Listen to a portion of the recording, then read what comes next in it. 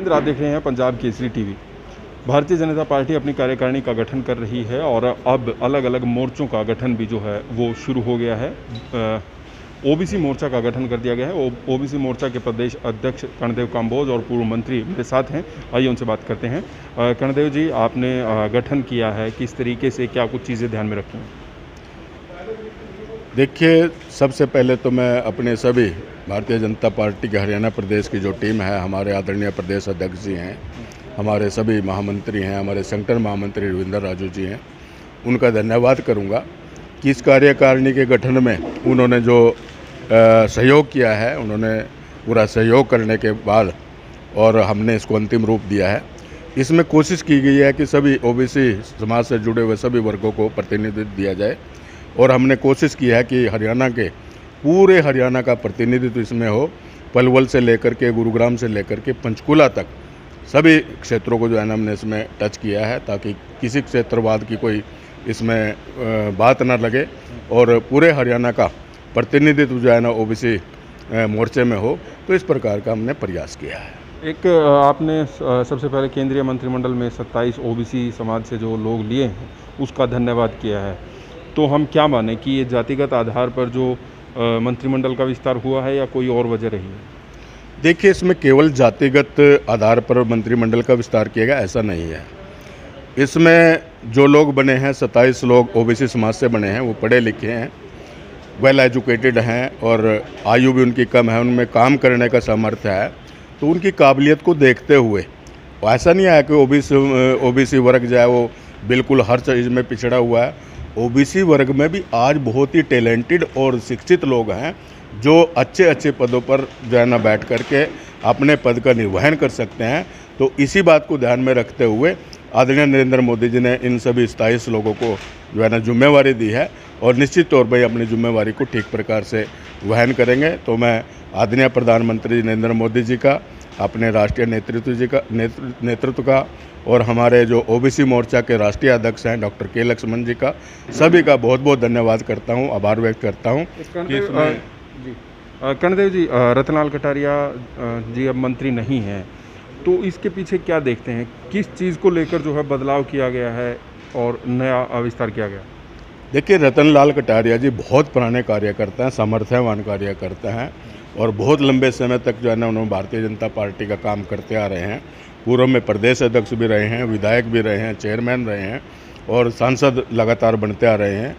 और जिस प्रकार से उनका शारीरिक स्वास्थ्य भी थोड़ा आजकल ढीला रहता है, उतनी भागदौड़ नहीं कर सकते और उन्होंने स्वयं भी कहीं ना कहीं उनकी इच्छा होगी इस प्रकार की कि अगर मान ले कोई सामर्थ्यवान व्यक्ति और इस वर्ग में ज़्यादा काम कर सकता है, तो उनको कहीं ना कहीं पार्टी में उनको दायित्व दे करके उनको जो है ना एडजस्ट किया जाएगा, उनके अनुभव का लाभ लिया जाएगा और इस प्रकार से जो है ना उनको जो है मंत्रिमंडल से जो है ना छुट्टी की गई है। कहीं ना कहीं उनको पार्टी में बहुत बड़ी जिम्मेवारी दी जाएगी। एक मेरा सवाल इससे अलग है। आप मंत्री रहे हैं और अभी पिछले कुछ दिनों से मंत्रियों का, विधायकों का, भाजपा की आपकी गठबंधन सरकार है, विरोध हो रहा है, प्रदेश अध्यक्ष का भी विरोध हो रहा है। इस तमाम चीज़ों को कैसे देखते हैं? देखिए, एक भ्रामक प्रचार जो है वो पूरे प्रदेश के अंदर किया जा रहा है। जो अभी 3 कृषि कानून केंद्र सरकार ने जो बनाए हैं, तो शुरू में ये सभी जो किसान संगठन है ये मांग करते आए हैं कि किसानों को आज़ादी मिलनी चाहिए और किसान अपनी फसल को कहीं भी जा कर के बेचे, ये इनकी डिमांड रही है। और शुरू में सब ने, जब ये 3 कानून जो है 3 कृषि सुधार कानून लागू किए गए थे, तो सभी लोगों ने इसका स्वागत भी किया था। लेकिन इसमें बाद में राजनीतिक बढ़ गई और राजनीतिक बढ़ने के बाद कहीं ना कहीं इन लोगों को एक मुद्दा, जैसे कहते हैं कि बिना मतलब के जो है ना एक मुद्दा गढ़ लिया गया कि भारतीय जनता पार्टी का जो है ना विरोध करना है और ये 3 कृषि कानून को लेकर के लोगों में भ्रामक प्रचार करके कि आपकी ज़मीनें चली जाएंगी, आपको मंडियाँ ख़त्म हो जाएंगी, जबकि सरकार न मंडियाँ ख़त्म कर रही है और इनमें कोई भी ऐसा प्रावधान नहीं है कि कोई किसी की ज़मीन पर कब्जा करेगा।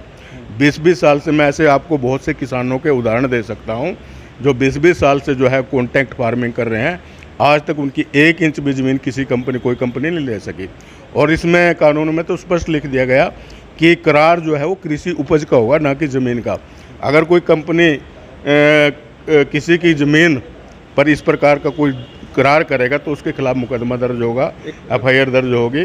किसी की भी 1 इंच ज़मीन जो है इसमें नहीं जाएगी। ये इस प्रकार मेरा एक सवाल प्रचार किया जा रहा है। ये है कि जिस तरीके से अभी विरोध हो रहा है, आगे आपकी कार्यकारिणी का गठन हो गया है और ऊपर से आदेश हैं कि लोगों के बीच जाना है, आपने तिरंगा भी आगे लहराना है, और किस तरीके से लोगों के बीच आप लोग जा पाएंगे बीजेपी के नेता?